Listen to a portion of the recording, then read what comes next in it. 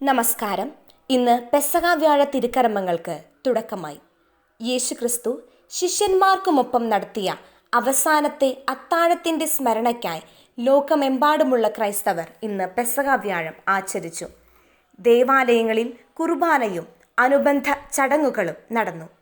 പരിശുദ്ധ കർമ്മലമാതാവിൻ ദേവാലയത്തിൽ കാൽ കഴുകൽ ശുശ്രൂഷയും ആരാധനയും നടന്നു. ചടങ്ങുകൾ ഇന്ന് രാത്രി 8 മണിയോടുകൂടി പൊതു ആരാധനയും തുടർന്ന് അപ്പം മുറിക്കൽ ശുശ്രൂഷയും നടക്കും. ത്യാഗത്തിൻ്റെയും സഹനത്തിൻ്റെയും വിശുദ്ധവാര ആചരണം പെസഹ വ്യാഴത്തോടെ തീവ്രമാകും.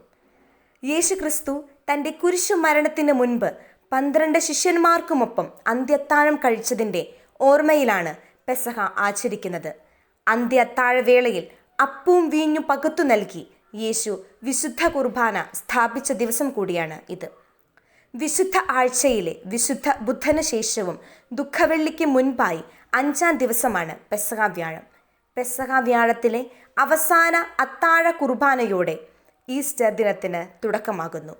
ഈ വ്യാഴം വെള്ളി ശനി ദിവസങ്ങളിൽ വിശ്വാസികൾ യേശുവിൻ്റെ പീഡാനുഭവവും മരണവും ഉയർത്തെഴുന്നേൽപ്പും സ്മരിക്കുന്നു.